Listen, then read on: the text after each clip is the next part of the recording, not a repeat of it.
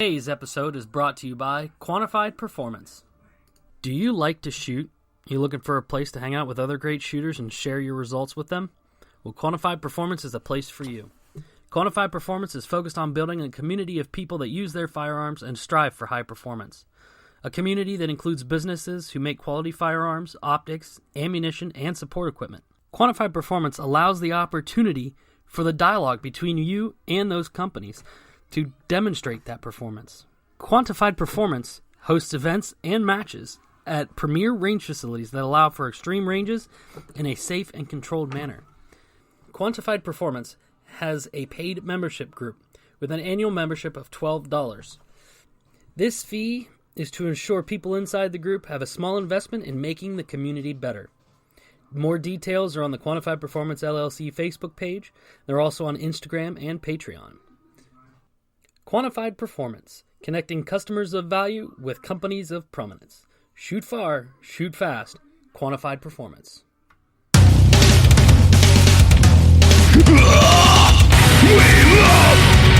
we fight, defend with all our might. We train, we play, level for favorite back, Daddy Brigade. Hello everyone and welcome to episode 33 of the Daddy Brigade podcast. I'm Keith the Bearded Tank. I'm Zach the Tactical Gnome, and tonight we have another special guest. Actually, we have two guests. We have my coworker John, who's coming up to help us with audio situations and brought some toys up for me to look at this evening. And tonight we also have the one and only the Marine Rapper with us. If you don't know who that is, you all need to check him out. I've heard of him through not only Instagram, but a couple other things, and his music is damn fire. It's really good. So, without further ado, the Marine Rapper. How's it going, man? Yo, what's up? How y'all doing? Doing good, doing good. The first question was, just give us a little bit of background, who you are, how you got started, what got you to where you're at today. For sure. So, thank you for the introduction, you all. And my name is the Marine Rapper, aka TMR. I started getting into music while I was in the Marine Corps. A little bit before that, I started freestyling and kind of doing battles and stuff, but not that serious. And I didn't understand the music side or actually the production side. So I started rapping, but I wasn't that good. Then as I started to get out 2 years before I got out, I went viral on YouTube because I asked out Betty White to the ball. And when I asked out Betty White to the ball, it was everybody's like, yo, what are you doing? You can't be a Marine and be viral and use social media. And this was I was one of the first Marines to go viral online, so it was a big deal. But I didn't really get in trouble. It was just kind of they waved their finger at me. Yeah. And then I was just you know what, I think I got something, I need to get out. Yeah. I got out, just honed my skills, went to music production school in LA. Then after that, I was done with that, I was I need to do something else. Then I went to music entertainment school to learn the music business, to kind of get the background on it. During that time, I dropped around 5 projects. One of them including Star Spangled Banner, which is one of my biggest songs. It was actually featured by Apple Music. One of my favorites. Yeah, thank you. Man, too bad you couldn't have been there in Vegas because we performed that live. I did see the live footage of it. That's I'm a little bit jealous. Crazy, right? So we did that, and then after that, I started to get a business mind on me, and I was just what's better than the Marine Rapper? And I was just 100 of them. How can we do that? All right, let's make a label, but I still didn't really understand how to do it, and I got in this program called Bunker Lab, which provides entrepreneurship and business opportunities to veterans and male spouses, and I started learning more about business and try to incorporate all of those business tactics together. But I really didn't start the label until 2 years ago, once I started to solidify relationships with certain people, because you don't want just anybody working with you and on the label and stuff. You have to know them and get along with them and become friends with them, even if they're vets and stuff. So I started to learn them and all that stuff, but I still didn't know what to do with them yet. And in the midst of that time, I started going viral a lot on social media. Like I would do like 60-second rap videos about just like current events. Yeah. Just like about everything, like gun control and like. Oh yeah, Yeah. you did. I think probably other than Star Spangled Banger, my favorite video that you did was with the Medal of Honor guys, Dakota Meyer and all of them. Yeah. And I actually got co-signs by Dakota Meyer, and then the guy who made the song "I Got Five on It." You know, the famous hip hop song. You've heard that song before, right? "I Got Five on It." Yeah. Yeah. Jordan Peele from Key and Peele, he made a movie called Us, and he used that same song in that scary movie. So Oh, nice. That was big at that time. So I used the same music to talk about the Medal of Honor, because the Medal of Honor has 5 points on it. So Yeah. I got 5 on it. So, and then I rapped about Dakota Meyer and all them, and then Dakota Meyer loved it. The original guy who made the rap loved it, and I was just like, wow, this is dope. Carl Carpenter, he came by and he said he loved it. Oh, nice. Yeah, like they all loved it, and I was just like, wow, that's so crazy to get. Like, when you make something, I didn't make it to get like notoriety, because I do a whole bunch of raps. Yeah. I just did it because I felt like if I'm going to rap about something, actually rap about like something, you know what I mean? Because that's a lot of people's misconceptions. They're like, oh, hip hop sucks or rap sucks, and I'm like, no, you don't listen to the right one. There's stuff out there that's good. Some people just don't say anything, some people just mumble or whatever it is, Yeah. See, I'm guilty. I'm an old school gangster rap person. I like the old school stuff, like NWA and old Dr. Dre, Ice Cube, all that. Like, I don't listen to the current stuff, and everybody kind of laughs. And then everybody that I know that I've mentioned about you, and they're like, "But is he?" I was like, "No, he is completely different. Just listen to him." It's a whole different world, though, too. I mean, like the Predator, like there's nothing like that exists today. Like, No, like, the old school rap there isn't. You mean like that's still one of my like that CD still ends in my Jeep once in a while. You know what I mean? I've had it since I was a kid. Yeah. Yeah, and so like those guys, I love those guys. And then I actually bumped into, before I made Star Spangled Banger, this is a crazy story for you guys. Before I started making Star Spangled Banger, I ran into Ice-T. Ice-T is a Army veteran.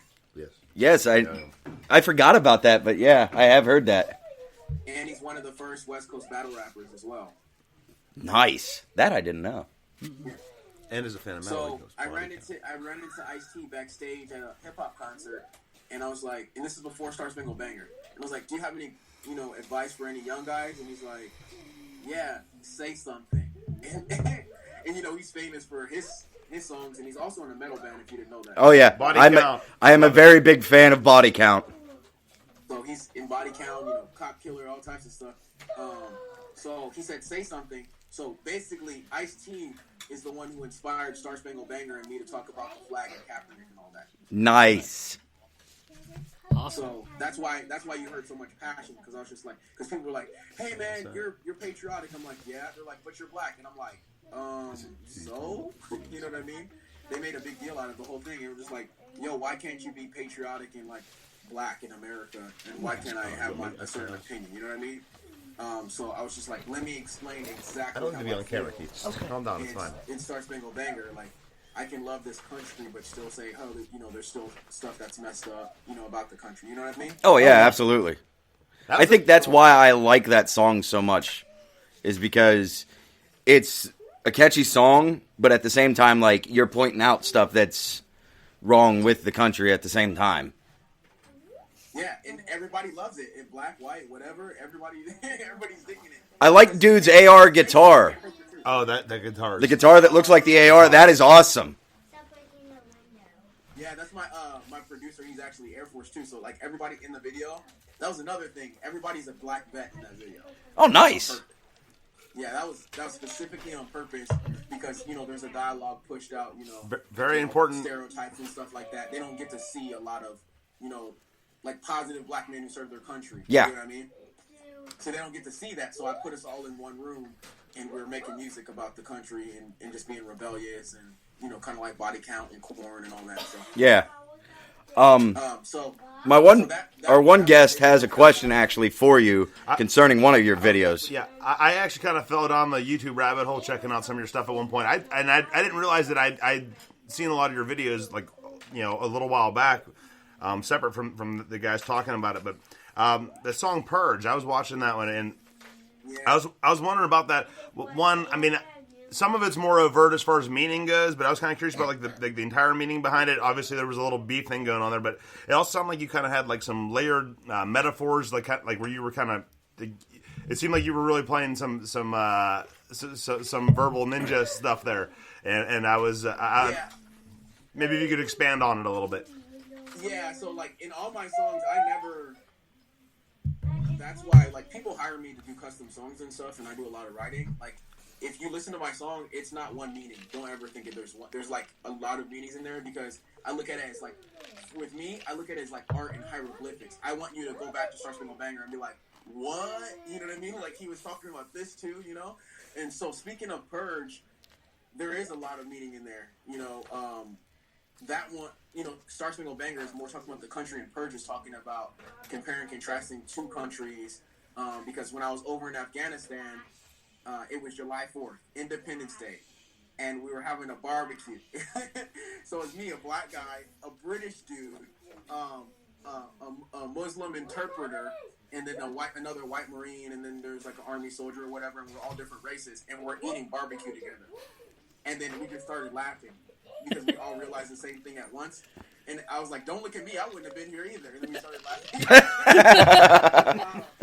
It was just basically saying that, in Purge, is saying that like overseas, when under certain circumstances, color didn't matter, backgrounds didn't matter.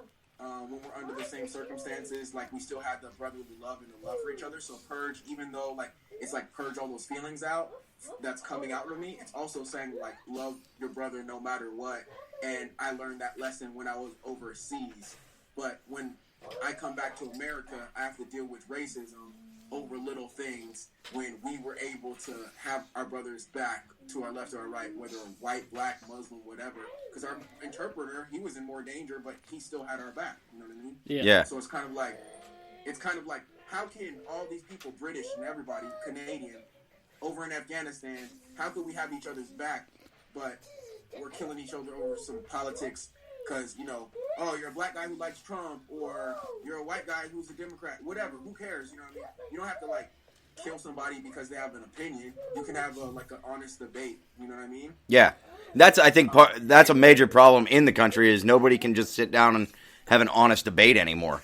That's also why that song stuck out to me so hard, I think, too, because especially, like the area I'm from originally, the neighborhood from Pittsburgh, where I came in, my best friends, like literally my two best friends in the whole world, like I'm a like pasty blonde guy, but like my two best friends are a Mexican and a black dude, and like my band, they call me Token sometimes jokingly because I'm the only white guy in the band. You know what I mean? But so like hearing all that, like it just it's such a stupid problem in this country that shouldn't exist. And I think that's why that song hit me so hard when I was listening to it. Yeah, and I wanted to, instead of saying, let's solve racism, I don't say that. I don't know if you noticed, I don't say stuff like that. If you follow me online, I never say anything like that. I just talk about it in my music, and I don't know if you noticed even my social media, I try to keep it positive. Like, I just posted recently all the photos of, the Kobe Bryant helicopter crash. I posted everybody. So they were like, you're one of the first people to actually post everybody. And I'm just like, yeah, why not? Why wouldn't you expect that to be, like, Right. And then people were trying to compare, Kobe Bryant versus a veteran's death. And I'm like, listen, we can mourn the veteran's death and Kobe Bryant's death.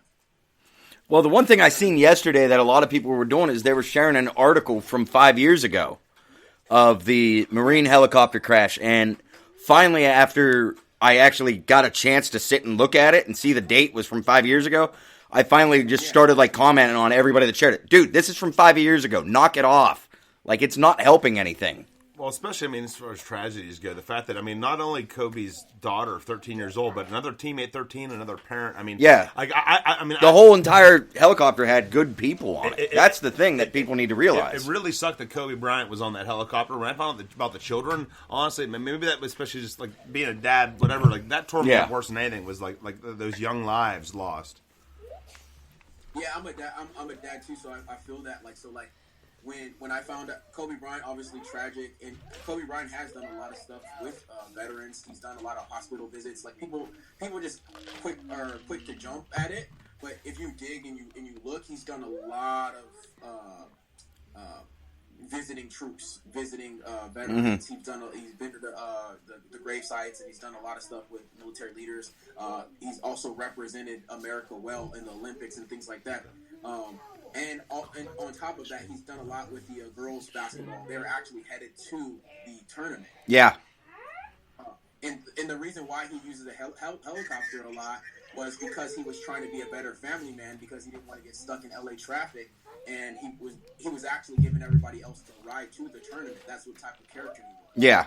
So, and also the other coaches too. They were looking after their daughters too, and they were trying to be family men as well, and they had their daughters with them. So it's like, if we're going to look at things or compare things, we need to look at it and be like, hey, that's the essence of everything. They were serving too, just because they didn't put the uniform on. And another thing too, like we're military and veterans and first responders and all that. We signed the dotted line. We didn't get drafted. Everybody who's like current, we signed the dotted line knowing that we're serving. We're not supposed to say, hey, look at me. We're not supposed to say that. We're supposed to, hey, I did what I did and it is what it is. Like, don't say, oh, one person's more deserving. Everybody's not exempt from death, and we're all going to see it at one day, So I really feel that we should just be more open with those things and open to the possibilities that somebody else is grieving too, and that nobody is more important than each other. And that's why I make the music that I do, because hopefully I can touch somebody with that message. Heck yeah. Yeah. Especially the positivity thing, because you can tell like you definitely focus on the positive, like on things. Obviously, I mean, looking at how many the scope of subjects you cover, I guess not everything's gonna come off positive. But I meant as far as like I like the fact that you mentioned about like trying to keep positive on your outward image and everything there. That it comes through in your music for sure too. I mean, it's really there, even when you're talking about like harder things. So yeah, what? I don't exempt any of the in Star Spangled Banner. I'm talking about when we got in firefights and all types of stuff. I talk about everything, but I just use it as more optimistic scope. You know what I mean? Because we all come from that same background and stuff like that. But that's why the story works well, because stories have those things in it. They don't have.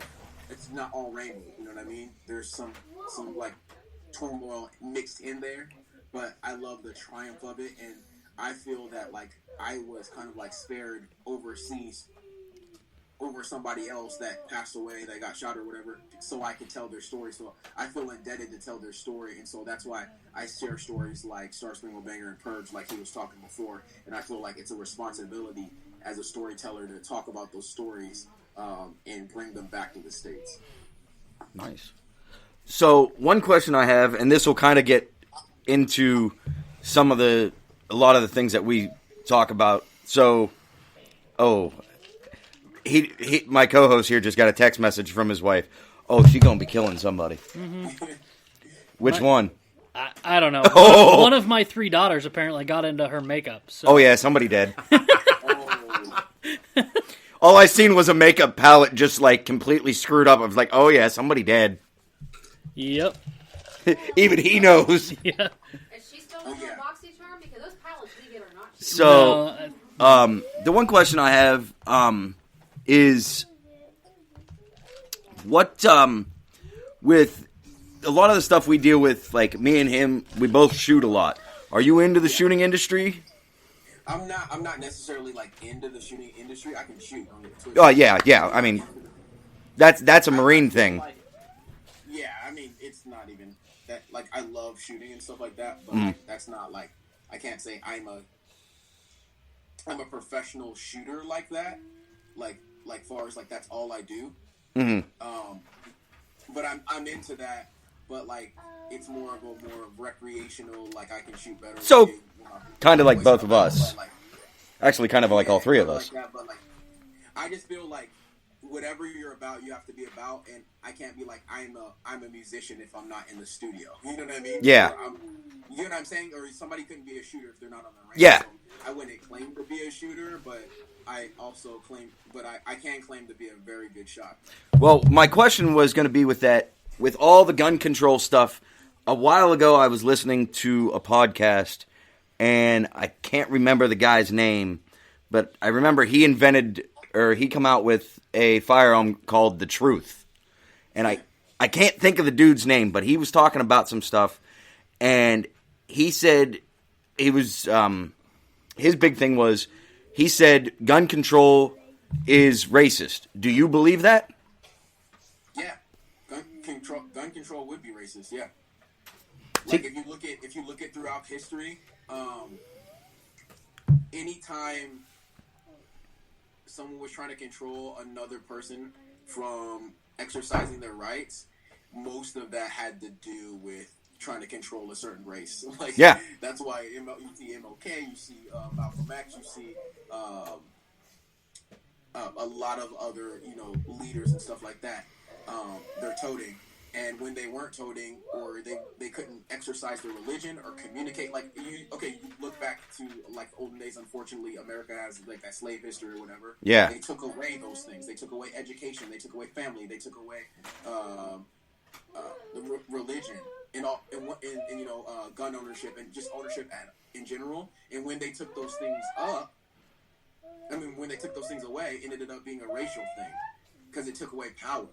So it's kind of like, is it racist? Yeah, I wouldn't say like that's a blanket statement for everything. It can be mostly like, so if you're trying to if I want to protect myself legally, that's another thing. Yes, legally. If I want to protect myself legally, and you're saying I can't for some reason, it could be like a racial thing. Like nobody unfortunately, when that thing happened with George Zimmerman, like he was actually he thought that he had the right to do what he did, but Trayvon Martin didn't have no gun on him, so he couldn't protect himself. You know what I mean? Like there's like a whole bunch of like little rabbit holes we can get into. Yeah. But I think to a certain extent, it could end up being like a racial thing, especially in the underprivileged areas. If you're not allowing these individuals to exercise their right to protect themselves, because a lot of times people get gunned down because they don't have the proper protection.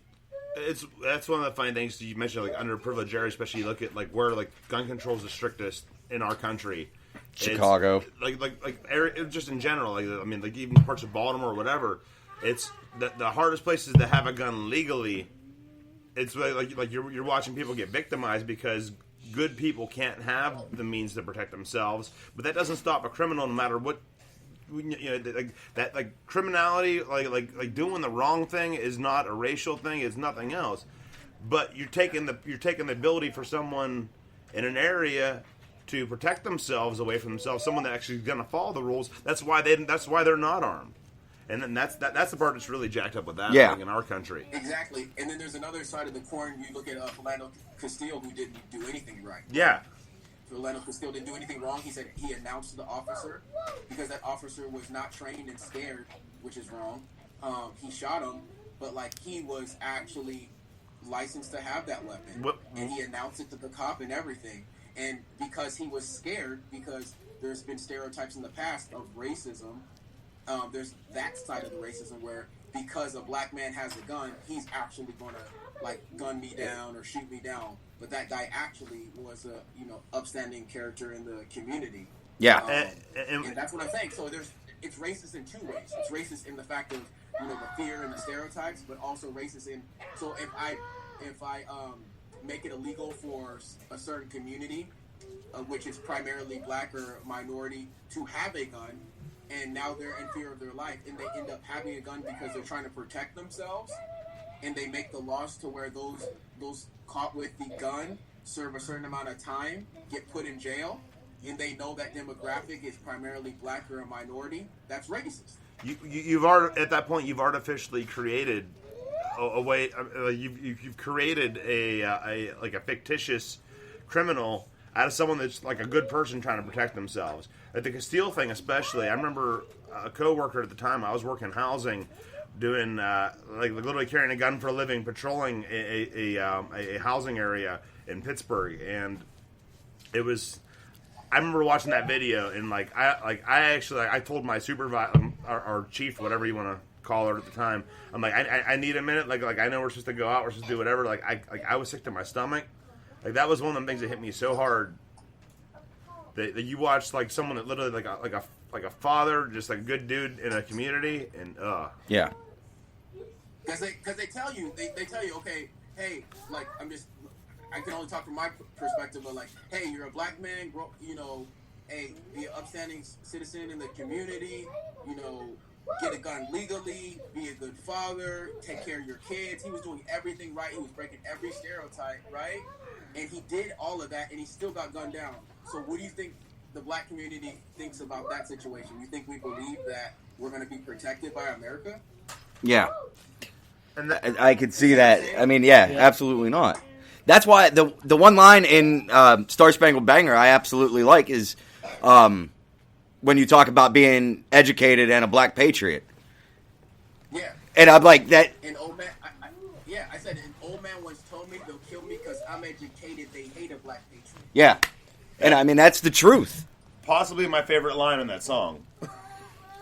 I mean that's the legitimate truth. I mean it's not, and really it's not just about being any color. It's being educated and being any type of patriot for whatever could still get you killed in this day and age. And I mean, it's also the Especially now. Yeah. I mean, that is also kind of like the lie that it's Car alarm. Hold on 1 second, man. We got car alarms going off. Give us 1 second. Here, while they're looking at that, I'll sneak in here real quick since I've been talking to you half I the love time. how real this is. Hey, what's up? Good to see you. Hey, I exist. I'm not just a voice off screen. I must have leaned on the panic button. All right, apparently Keith leaned on his panic Yeah, button. you're good. Muscle arm. But speaking of what you were just saying there, that's actually one of the biggest things that there's the fictitious world, especially growing up where I grew up, especially there's there's the street mentality, and there's like that whole false thing that that's real, and there's the actual grown up but how, do you have any thoughts as far as how do we break out of? Spit it out, man. I know. I'm. You know what? You messed me all up with that car alarm. Keith rolled over on his keys, and now I'm all thrown off. But could you maybe speak a little bit to? Do you see a direction or something to help move the country in a positive way out of all that BS, all the mind f? You know what I mean? The racism and all that. Yeah, so what I noticed, I was stationed in Texas, right? And I'm not going to lie with you because I've heard a lot of stereotypes and a lot of crazy stuff happening in Texas. Bottom of the fridge. And things like that. So I already went into that situation oh man, I got to watch what I do. There might be some good old boy type of stuff going down here. They might just not like me because I'm black and stuff like that. I got to tell you, I have been helped more times than not in Texas by cops ever. Oh yeah, Texas is awesome. Ever. That's what I'm saying, ever. I was just wow. So, even one time I got a flat tire, and one of the cops, he pushed me, he bumped me off the road and got me to the gas station and everything, made sure that I was good to go. He was like, all right, man, have a good day. And that changed my perspective. So that brought my whole fear level down of cops are gonna just beat me up or shoot me or something like that because you're seeing all this stuff on the news. It brought that fear level down and made me more confident, to actually feel that they're gonna protect and they're gonna serve in the area that I was in.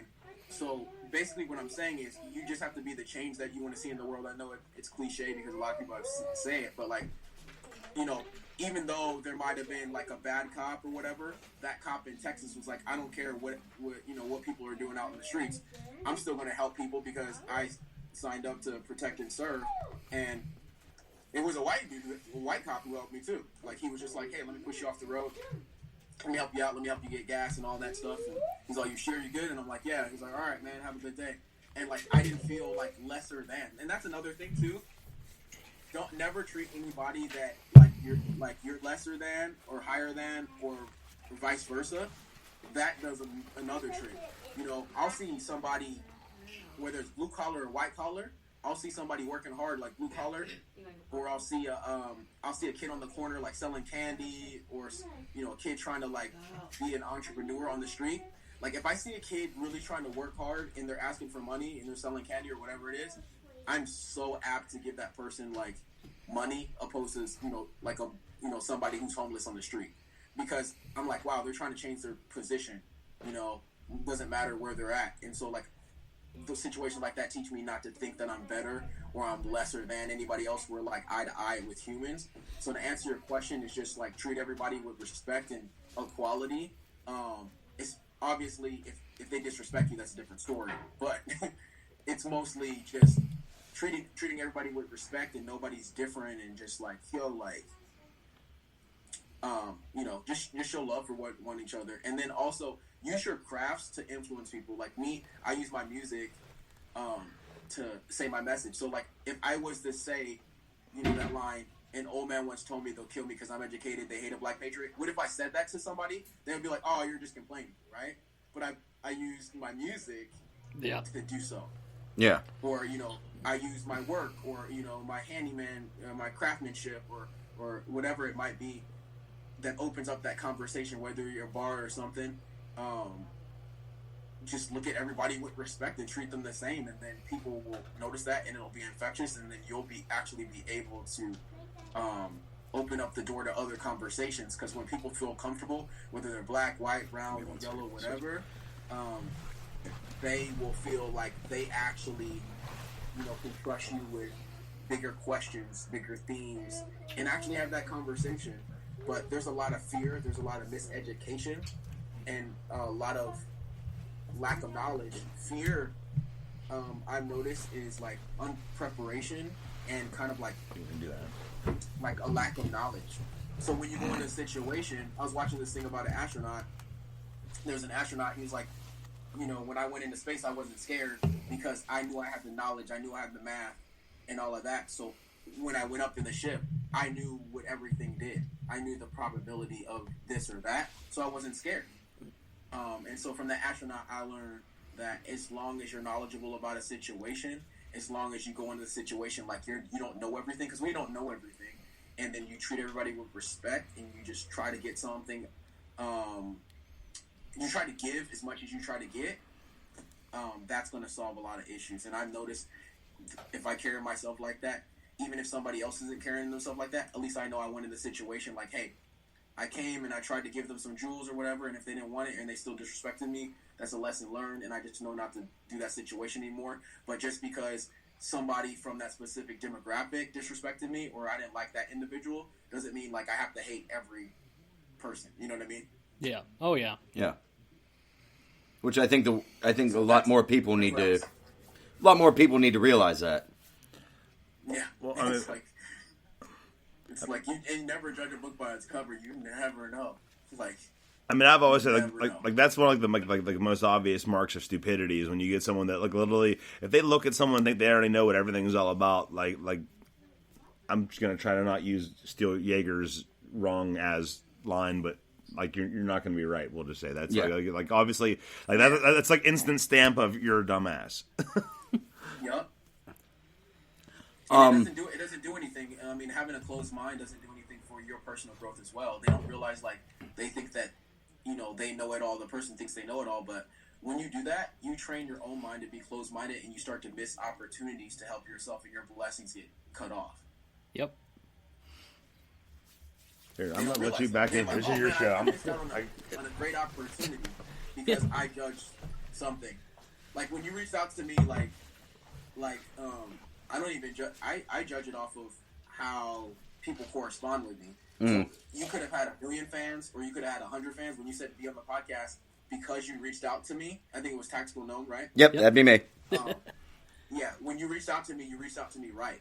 Because if you didn't, I wouldn't have responded. Yeah, I honestly, that's kind of how I've been doing this whole thing, getting people to come on. And, like, I'm so nervous when I send people, like, emails, because I'm like, okay, if they say no, they say no. And another one of our friends does a podcast, and he's like, dude, look at it this way. If they say no, they say no. But they know who your name is. He said if they say yes, they come on, you do your podcast. Well, that's people's number one fear is rejection. Well, And- with this whole thing, that has been my fear. Period. So, I mean, go ahead. No, I was saying, yeah, I was just going to say a quick little thing. My mom always taught me, like, she's like, when you go to talk to a girl, like, don't be scared because you already had the no. You're gaining a yes. Yep.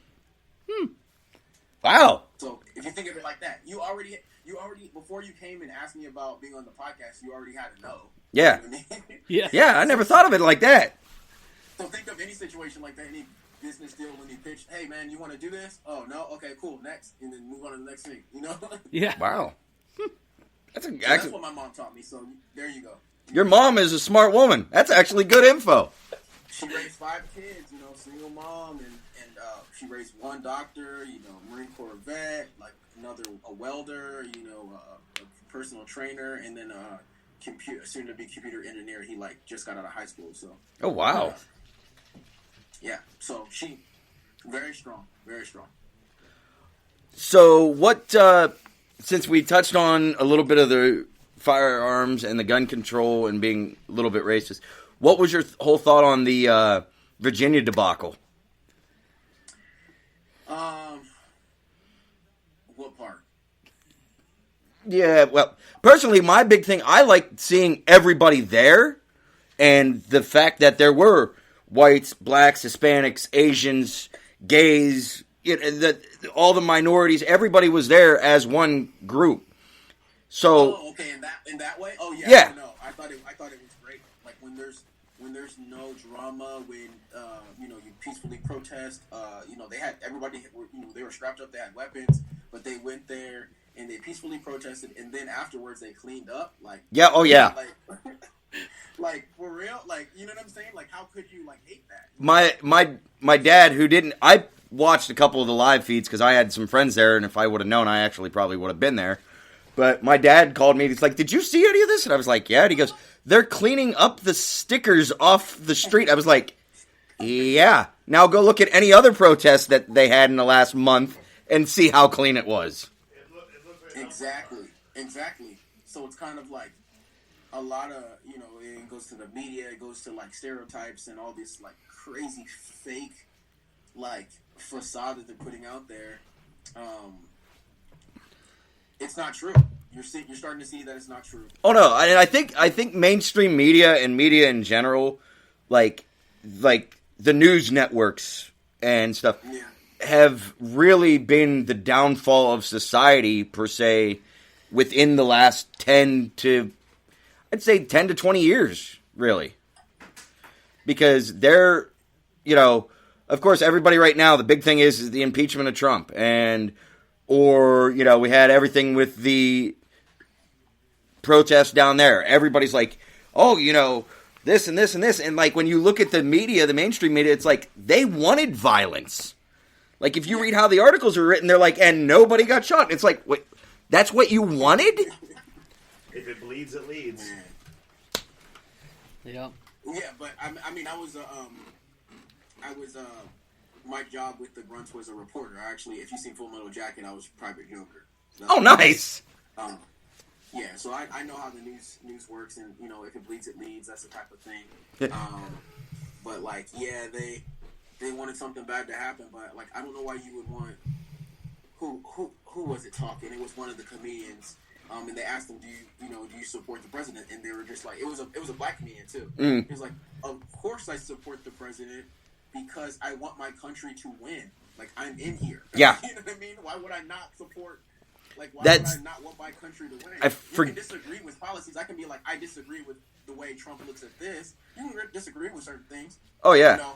Obviously, there's certain issues that Trump, honestly, Trump wouldn't understand because he doesn't come from poverty or minorities and stuff. So I feel like he has to be educated on those. There's certain things that he needs to be educated on, but far as there's certain things that he is killing it on.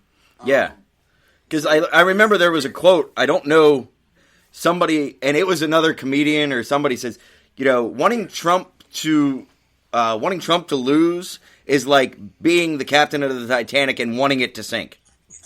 Yeah, you're on the Titanic and you want the captain to fail. Like, Yeah. What? Yeah. It's like, it might not be the best captain, or the captain that you want specifically, but he's getting us home. Like, so he's getting us where we need to get. You're not going to like everything he has to say. It's not going to be pretty. Everybody knows how Trump is before this. Everybody's known how he's been. It's not a, I can it's smell not the a absinthe. secret. Like, I don't know. Another thing too. I don't know many people who actually was like, "Oh my gosh, I love my boss." Like, I don't know. As me and him, because me and him share the same boss. We both worked for the Department of Homeland Security, so we both just kind of looked at each other like, Yeah, you see what I'm saying? So, like, not everybody. However, I love my does the boss. boss get the stuff done? Is my check in my account? Is my check in the mail? Yeah. You know, Yeah. that's what you care about. You know well- what I'm saying? Like, as long as that happens. Well, for us, we had 2 months. Well, yeah. Sometimes for us, the check isn't actually in the mail, but Yeah, we occasionally get told, hey, when they have those lovely government shutdowns, we're the guys that get affected. well, to be fair, that's not that ain't Trump though. That's well, let's not. I know that's Yeah, a whole let's separate please avenue. do not. I do not want to get into the I don't even want topic to of. speak that into the air right now. Yeah, I was just talking about just in general, just like the government. But it is true. Just total. Yeah. Well, that's basically what I was talking about. Sometimes you don't like stuff, and sometimes you do like stuff, but like you got to do what's best for like the country a lot of times, and that's what it is. Trump could be very well served by not being on Twitter. I feel like Yes. sometimes, but on the I will other- agree with that. and I'll say like flat out, I'm like, look, I wish he didn't say a lot of the stuff he said. On the other hand, how's your 401k doing? Like, is your retirement all right? Like Exactly. Yeah.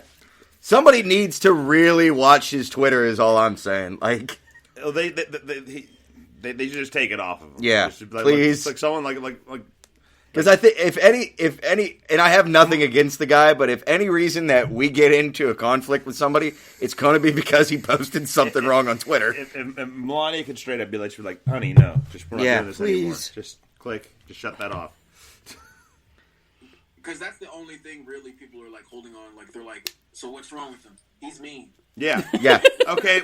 Next, what's your other problem? We get it. He was like, did you ever see The Apprentice? He was already like this. We knew this going in. Like, He basically, one of my favorite guys that was on The Apprentice was Jesse James, the bike builder. I've grown up around motorcycles and am a big fan of Jesse James. The fact that he fired Jesse James and basically called him every name in the book, I was just like, oh, this ain't going to end well. Like, Jesse's known for having a short temper. And he just was like, all right, whatever. Like, I was like, oh, okay. I was, like, expecting Jesse to, like, get mad at him, but he was like, all right, whatever. Like, you make more money than I do, I'll shut up. Right? Yeah. But like that. But the main thing is the point that I was getting at. Like, it's basically we just need to put our differences aside and realize that we're like one. You know what I mean? Like we just need to all come together and put these like stupid little differences aside and realize like our time is limited on Earth and we just need to just like enjoy each other's company and time and like show more respect to each other and love each other and you know we can have different agreements or whatever but we can be respectful at the same time. We don't have to hate like on people on you know on our way up and stuff like that. Like it's not that serious. Right. 'Cause at Yeah. the end of the day people just want to be able to take care of their families. If you ask them like what you really want to do, like get to the core of it, like they just want to be able to provide and like just have a carefree life. Because if they're able to provide for their family and they didn't have any drama, they would not care about what no other man's doing. There wouldn't be a drama or jealousy because you would have what you need. Yeah, absolutely. That's something I've got 4 kids. I got 3 girls and my youngest is a boy. And that's something, you know, I've been trying to teach them from day one. Don't matter who you are, what, you know, if you have a disagreement, fine, but you still show respect. and then my we kid- go to my favorite one. Yeah, and then my 4-year-old, who's a homicidal maniac, She is not. She is adorable. she literally come downstairs. We could hear her and my 6-year-old going at it upstairs, you know, yelling at each other. She comes down, reaches her hand as far into the knife drawer as she could, and pulls out the biggest knife that she could get a hold of. And we're like, "What are you doing?" She goes, "Kyler make me mad. I stab her." I'm like, "We don't do that." Wow. Yeah, Oh, Kyler is the other one? yeah. Kyler's my 6-year-old. He told me this, and I was just like, I knew there was a reason I liked her. Yeah, she's. Wow. She She's just take no something else. shit from nobody. She's No. just like, nope, I ain't taking shit from nobody. Well, none of them really do, because the No. 6-year-old beat the living crap out of a kid in the Chick-fil-A play area for hitting Harper. Hitting my Jesus. 4-year-old. Like, she had him, the boy, pinned to the floor, beating the crap out of him. She's like, we gotta go. Somebody's raising them right. Maybe a little too violent, but I don't raise no girly girls. no, I will give you that. Yeah. They're, my 8-year-old is a regular little Annie Oakley. Yes, she is. Yeah. She's a good shot. I gave her 2 rounds in the AR, and it was a group. Both shots were at like 30 yards at the size of 50. Yeah. Wow. And she's cross dominant too, so she's got the right. She'd have the rifle shouldered on her right. She'd be leaning over, using her left eye through the red dot. She's a heck of a shot. But all the youth competition teams around here, you have to be 12 years old, and she's 8. Wow. When So she's 12, she's gonna be a monster. yeah, Mm-hmm. yep. So, we always have a couple questions. One question I'm going to ask at the very end. Before we get to like the end of it here, because we've been going for just shy of an hour. Where did the inspiration for Star Spangled, since that's one of my favorite songs, where did the inspiration for Star Spangled Banner come from? Simply because somebody said, "You're black. What do you think about Kaepernick? You're black. You're a black patriot. What do you think about Kaepernick?" Literally, just like that. Nice. And, I mean, what did you think of the whole thing? Like, if for people that haven't listened to the song. Okay. Well. Not to throw you on the spot. No. Yeah, I'm saying I literally answered the song. I say, national anthem. I stand for it. None of y'all standing, but y'all mad at Kaepernick. So, a lot of what I'm saying there is, I'm saying I stand for the national anthem, right?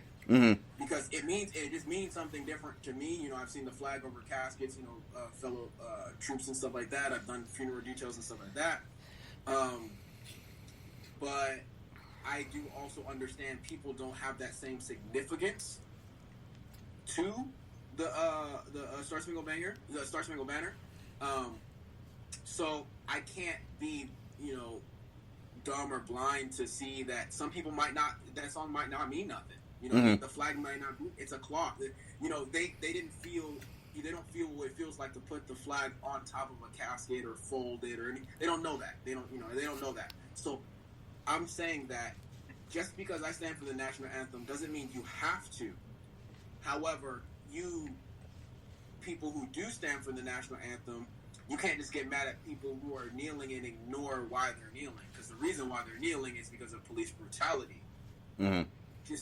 Because who did it and the way they did it is what they're judging. Because Kaepernick, coming from money, coming from a fairly good upbringing, with the white parents and stuff like that. So they were like, oh, okay, him kneeling, he's an entitled, athlete. But you can't judge. We don't know all of the story for us, like his upbringing and Kaepernick and stuff like that. He may have been influenced by somebody who was like, hey, you're in a position of power. Can you do this for us? Because nobody would pay attention if it was another player. Yeah. So it's just the way I feel about it is I'm going to, I stand in like a pride type of thing, and also out of respect to my fellow fallen brothers and sisters, because it means something different to me. But it makes it more prouder for me because somebody can kneel. Do you understand? There's a contrast. Yeah. Oh yeah. Because somebody else can kneel, it gives me that's freedom. When they can kneel or I can stand, it's a choice. If we all were made to stand, it wouldn't feel good. Mm-hmm. And I think that's a lot of the vets that I'm friends with.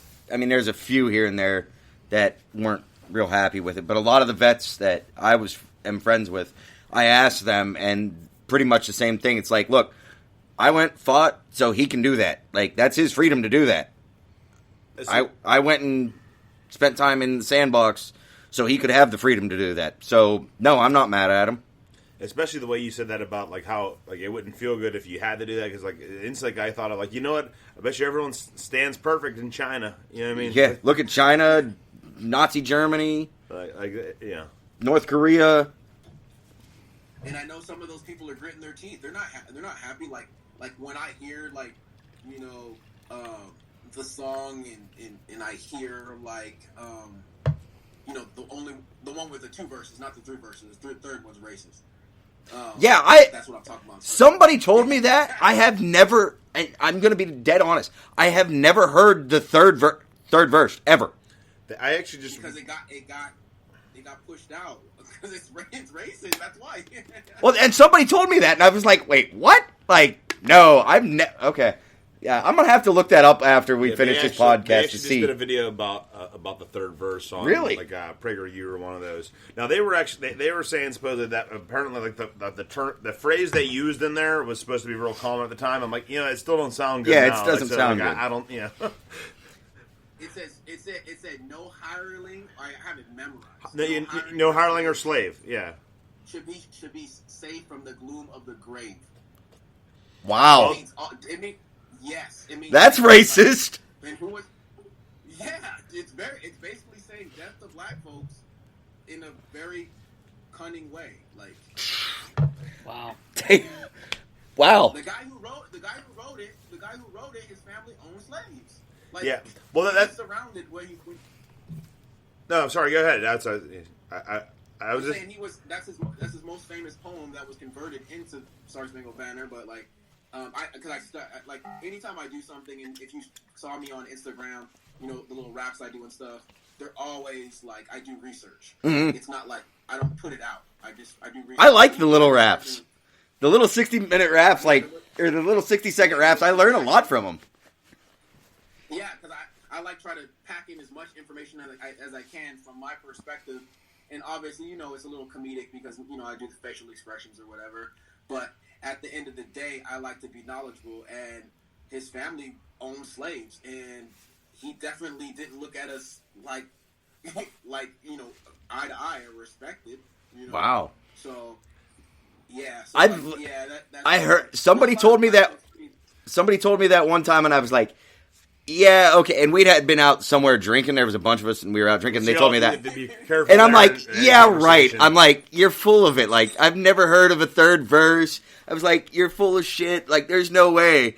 And then when you said at the very end of that, at that song, and you said that, I was like, "Oh shit, there really is a third verse." Like when I first heard that song, and then everybody I've never heard it, never read it. That actually used to be a challenge question. Oh God! For the military, so that they knew whether or not, if you were American or not.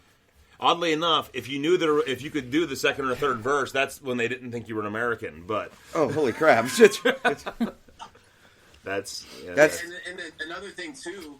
I say at the Star Spangled Banger, I talk about how it all came full circle because he was talking about former slaves that fled America to become Marines overseas. See, they were black. See, that's what was weird with that part that because I had actually heard of historically the battle that he saw that he wrote that about, that there was literally no black soldiers involved, which was weird. But how could they know that now? That's my whole thing. Like, how could you know that now? They were slaves that were offered their freedom if they it's no crap. You want to choose freedom. That's not even a choice. Duh. And so what I'm saying is he was talking about people who were black slaves that became Marines, and then the Black Marine. That when you said that, I was just like, oh shit! Like that's cool as shit. Well, I do my research, and that's what I'm saying. Remember how we talked about those layers? Like, that's what I love it.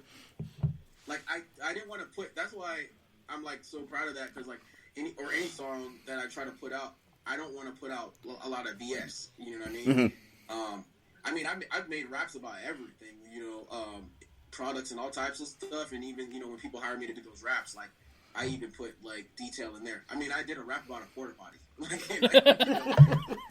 Nice. Actually, the one you just did about the trash company the other day, I thought was kind of funny. That's the one. I put the porta potty in there. Yeah. Mm-hmm.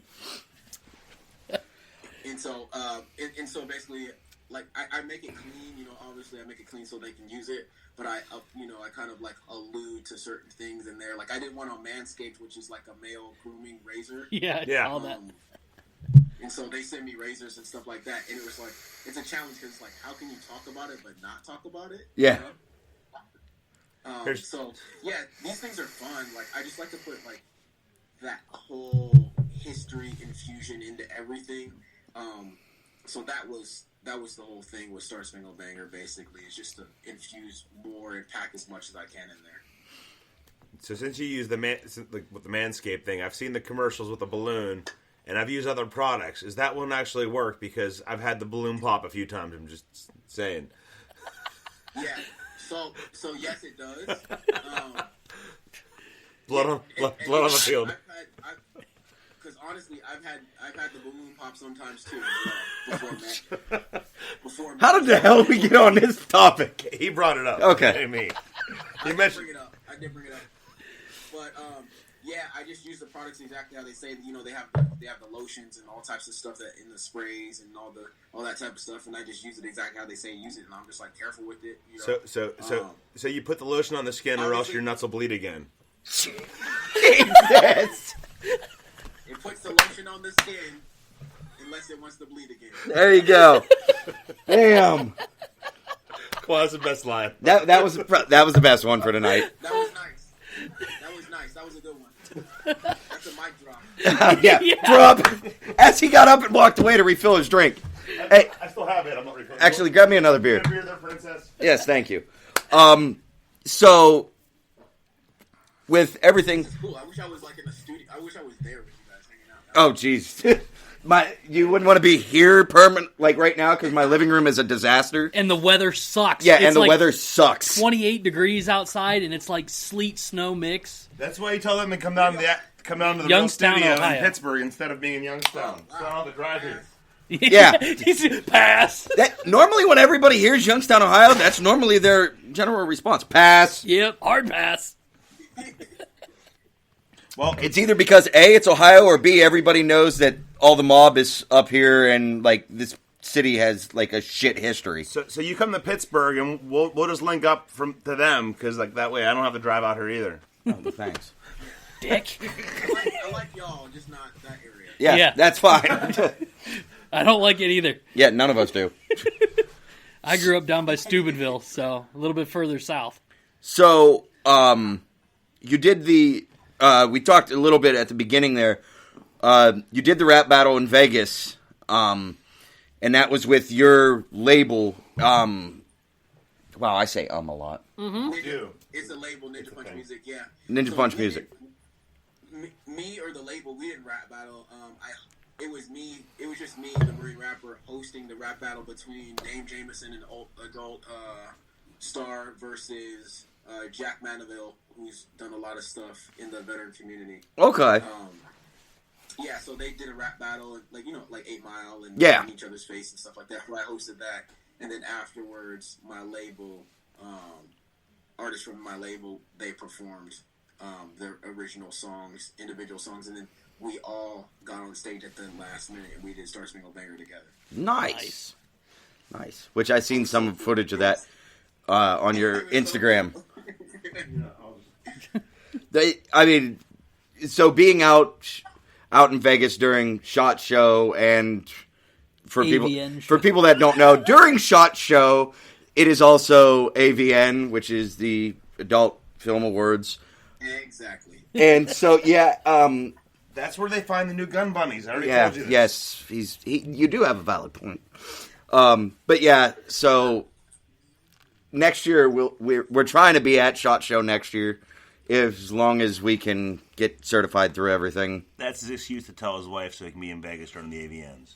No, I'm gonna go look at new guns. I'm gonna go look at new guns and Yeah, cans. you see, long pause there before that. Cans. Pretty much, I think. I think that's pretty much it for questions. You got any Not that I other can ones that think we don't of. have written down? You got any, John? Same round. You can ask me anything. Actually, I want to know where you got the 223 gloves from that video. Yes. So, it ended up being a thing to where, like, I ended up shopping at the store that, like, Slipknot and all the top bands in LA shop, and I found that, and then I wore it one time, and then I didn't wear it one time, and somebody was like, yo, where's your, like, glove? And I said, my glove? What are you talking about? Because I wore it as, like, jewelry one time, you know? Mm-hmm. And they're like, where's your glove? And I'm like, oh. And then I just started wearing it more, and then it became like a trademark. The one-off turned quickly into a trademark, basically. Yeah. Yeah, it wasn't anything that was like purposeful. And then the red mohawk comes from like the Marine Corps uniform. It has a blood stripe on the side. Mm-hmm. So that's what that's for. If It's for the blood stripe. I have a mutual coworker of ours that I was supposed to say something to him, but I don't think she's watching, and I would get in trouble if she wasn't watching and I said it because she would probably kill me. Keisha. I'd say it anyway. Just make All right. She can hit me later. she My can still one watch it. coworker, I showed her a picture of you singing with the red mohawk and everything, and she's like, when you interview him, I don't care. Just tell him he's hot as hell. Will do. So that one's just for Keisha. So that one is from the girl I work with named Keisha. She's like, tell him I said hi. I was like, okay, he doesn't know who you are, but will do. So, I'll ask you later on. Tell her thank you. Will do. She'll probably be watching this later. Probably. Well, it is on Facebook Live, but there you go. I can easily tag it. I came here for an interview. Now you're trying to turn it into some other stuff. Oh no! It's all them, not me. She's the one that told me that. I was like, okay, whatever. Like, as I was walking out of work on Saturday, I'm like, gotcha. But so the other question that I kind of have with the music industry, like, how do you see the rap industry and the whole music industry? Like, is it growing? Is it declining? Is it genre based on what's hot, what's not type thing, or?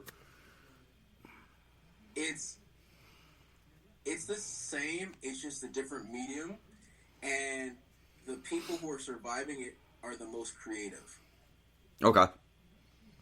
Because that's one thing. Like, so, for example, like you look at Lil Nas X. He made a country song.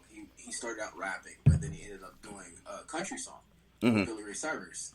You look at Billie Eilish and her older brother Phineas. They were just making a whole bunch of songs in the bedroom, and now they're the top artists. They took home a whole bunch of Grammys. yeah, I seen that. Because she filled that void, and then she's like the youngest ever to like for a whole bunch of things. You look at Tyler the Creator; he's just different. He's just very creative.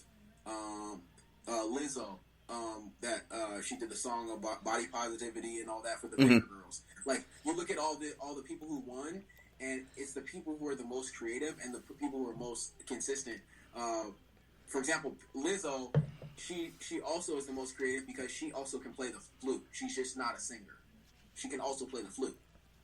So it's kind of like, what can I do to set me aside from all the other artists as a rapper, as a singer, that's going to keep me in the game, that's going to make me stick out.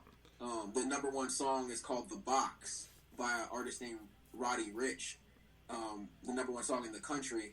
And he's a rapper from the West Coast, but he sounds like a Southern artist, but he also can play the piano. Oh, nice. So it's kind of like, yeah, he's just very creative. So that's what I'm saying. Like, the trends that I've noticed today, it's who can manipulate technology to their advantage while being the most sonically creative. And I think that's been a thing for a while. Because I mean, even look at, like, as much as I find him god awful as far as from a music standpoint, Justin Bieber got his start on YouTube. I mean, that's the social media in many aspects, or just any type of more open media, I guess we could call YouTube or one of those. It seems to be kind of the precipice of how you get through the wall anymore. that the traditional means used to for like the record industry used to be. Can you maybe give any advice for any aspiring artists that want to maybe make a presence on YouTube or Facebook or somewhere like that? Yes, I can. If you're a military artist, DM me on Ninja Punch Music. There you go. At Ninja Punch Music, DM me. And if you're like legit, you're good, and you're like have a good attitude, I'm definitely going to give you a shot and promote you and advertise you, and we might do a show together if you're a military artist. If you're not a military artist and you're just dope and you have a good attitude, I might give you a shout out too. It just depends. But my advice for you would be just keep on doing it the way you do it and be you. I never saw any success at all until I became the Marine rapper, which is like me. Like when before I was trying to be like the best rapper of all time, like Jay-Z and Eminem and like Biggie and all and Tupac, all those rappers. I was just trying to be like the best rapper. But when I just started being Raymond, which is me, my name's Raymond. When I started being Raymond and being like, hey, I'm not like, I'm not Rambo. I'm not the most badass Marine or anything like that. But I do have some cool experiences that I can share. I do have a lot of stories from my fallen brothers and sisters that I can share. Let me do that. Let me be myself. And if they like it, they like it. If they don't, at least I know I went home and I was being myself, or an outward expression of myself, because, music, you can only say so much. But at least I was, sharing a portion of myself or sharing like a war story with somebody else. And as long as you're being yourself and you're finding your own niche and you're sharing something valuable to somebody and providing value, that's the whole thing. As long as you're providing value to somebody, it doesn't matter what you do actually. If you're providing value and asking those questions or answering those questions, whatever medium, whether it be a podcast or music or a book, or or even recreational, shooting or politics or whatever it may be, as long as you're doing your passion and you're living your own truth, you're going to be successful. So that's all they have to do is just be themselves and keep on going. You have to be consistent. It's not going to happen overnight as well. Now you guys can't yell at me about talking about guns all the time. See, that's not exactly what I got out of that. Now, what I would say is one, I love exactly what you said there. So like don't necessarily emulate. Obviously, all artists kind of find bits and pieces from like that you get inspired from other people, and that's true. But so most important thing is to be authentic and be true to yourself. Correct. Like I'm totally inspired. I don't sound anything like Ice-T, but Ice-T is like my number one. That was I legit like heard like again like you were speaking there, but I also like harken back to like Ice-T's message there, and that came through you still there about say something, and that's I think that's one of the biggest things about you is you say something and you were yourself. So it's the two things together there that are really important in general. Yeah, it is. And it's crazy. Like, didn't you guys see that one rap that I did that was anti-military and pro-military? I did not see that. I may not. Personally. I may have, but I can't remember which one it is. It was crazy because I was acting. I started out with anti-military, and somebody was like, "I hate that first guy." That's fantastic. That's like, I hate that first guy. That was still me. Yeah, it was still me. I was just doing different perspectives to show people how biased they can be and not listen at first. Yeah. Instead of listening to the whole piece. You know, that juxtaposition, though, is very important. That's almost like, a much harder and more intelligent way, like from, like, say, doing, like, something like you mentioned Eminem, or, like, doing Stan, where he's talking from the point of his own fan, like, being a psychotic fan, that whatever, but... But on the other side of that, like something like that, like you being a serviceman yourself, like you went and you did the stuff. I'm trying to not swear so much lately. Yeah, whatever. I'm trying real hard. But you were there doing it, so like that speaks for the anti side of it. Obviously, you've heard that, and that probably cuts you farther than it can anyone else. Whenever you hear someone say that stuff, because you were there, you did it, you lived it. Yeah. But then I've had patience enough. That's another thing too. A lot of people let other people's emotions and other people's feelings and other people's path get in their way. Like if somebody congratulates you, you'd be like, oh, okay, thank you. If somebody like doesn't congratulate you, oh, okay, thank you. That's still not going to stop me from my mission. Yeah. Like, people need to learn how to master the art of not caring, because and that's something that I had to learn. I'm like, yo, like I have to be the same individual whether somebody congratulates me. Isn't there? or says that There's a book out there right now. I think it's called The Subtle Art of Not Giving a Fuck. Well, I actually love I'm when looking at it right now. when you said it. I've actually like legit like I've actually told people I've hit Jedi Master level of not give a fuck. He's a little bit bigger Star Wars nerd than I am. I actually hate Star Wars. I'm not even into it. It is I hear enough Star Wars nerds talk that I came up with that term that Jedi. I take Master. offense to that. You Me can. too. You should. Good. I- Both of you. well- You can go take an R2D2 right off. Like the Anyways, But So- yeah, that's basically it. You just can't really care what people Come over to think. You the have to dork do your own side. thing. You know what I mean? 'Cause Yeah. If you do something that you didn't agree with, but somebody else agrees with, you have to kind of like live with that. And if you did whatever you wanted to do and they don't like it, it is what it is. You know what I'm saying? So. Yeah. I think, and that's a big problem with a majority of society today, because everybody and their brother is offended by everything. Everything. Yep. Like, I look at you wrong because you're wearing a freaking tie-dye shirt and a tutu in 32-degree weather. I'm not looking at you because you're wearing that. I'm looking at you because what the hell are you doing out in the cold weather? But God forbid I do that, because now you're offended. You know, those pants really clash with your Glock. Yeah. Like, I'm trying to give you some fashion tips. Yeah. But, like, that's, like, everybody is offended by everything. And that's, Well, that's the cancel culture. That's a whole separate oh, yeah. problem. That's a whole nother podcast. I mean, they tried. That's a whole nother one. They tried to throw at Chris Rock now, who's he's probably like legit. He's now the master at this point. So like people don't know how to take comedy anymore. Do you see this? I'm sorry, we had the TV on in the background. There are two samurai dudes with jetpacks fighting in the air. It's a fake samurai jetpack fight. Yeah. That is. Well, it's not Sam. I don't Is even that know. a show or is that a commercial? It's on on MTV. MTV's Ridiculousness. Oh man. Like, they're literally flying around with swords trying to Whiskey fight each other. Tango Foxtrot. That's what just happened. Yeah, basically. Other than that, I think we've got everything. Except for our three mains. Three main, finishers. four finishers. 4 finishers. Okay. Well, I mean, yeah, we don't have to ask the three, because since you do like to shoot a little bit, what's your favorite gun and caliber? Man, my favorite gun was a SCAR that I shot. There you go. I'll give him that one. Yeah. So, where can all of our listeners find you at? You can find me everywhere at The Marine Rapper, and my music label at... I said level. My music, it's on another level. Music label at Ninja Punch Music. I thought that was hard. You should just I stick try with. to keep it simple. Which is on another level, by the way, they're- for anybody that hasn't listened to any of his stuff. From now on, you should always speak of your music level, because that's just.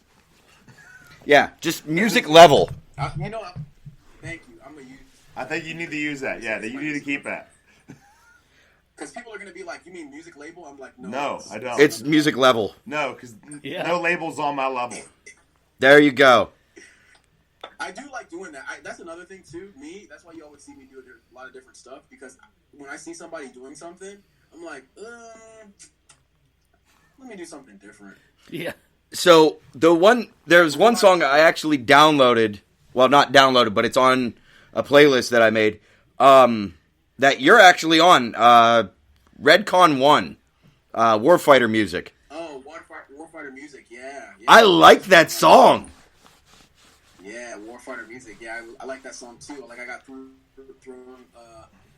late notice or whatever, and I was just like, I have to go hard on this one. Yeah. I was like, Well, that's years ago.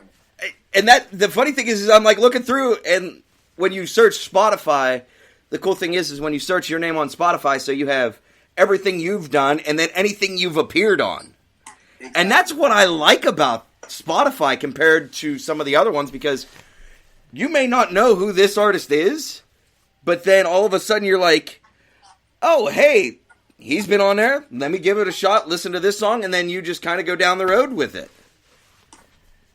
Exactly, and then from a song that I'm on with somebody else, you're like, oh, matter of fact, I like that artist. That Yeah, you're working with. and that's what's happened. And that's kind of the cool part of the music industry is, you... Modern technology. Yes. It's the age of the rabbit hole. Yeah, it is. It really is. Other than that, we appreciate you coming on, man. Thank you for getting back to me so quick and everything. Appreciate you having on. If you want to hang out for a couple minutes, we'll close up the episode and close down all the live feeds. Hang out with us a couple seconds, and we'll be right back with you. Alrighty, thank you for having me on. Again, it's the Marine Rapper from Ninja Punch Music, and we out. Yeah. All right, folks. That was the Marine Rapper. Yep. Probably one of the funnest interviews I've done for a while. You got anything else, man? Nope, I got nothing else. So, sorry we didn't do the shot episode. We may do it, we may not, because I think everybody knows what was that shot, because everybody's paid attention to social media. Everyone did shot. Yeah, everybody's done shot already. Other than that, folks, check out Quantified Performance. That's Ash Hess's company. We're we're friends with Ash. Yep. I'd like to say good friends with Ash. That would be awesome. But check out his company. We'll be shooting their competition in September. As long as we can get our spots everything. before they Yeah. sell out. It Liberty sells out like that. Liberty Bell Firearms, Opie and the Smokies. Yep. Check out all those guys. Other than that, guys, this is Zach the Tactical Gnome. Keep the beer to tank. Daddy Brigade Podcast. Out.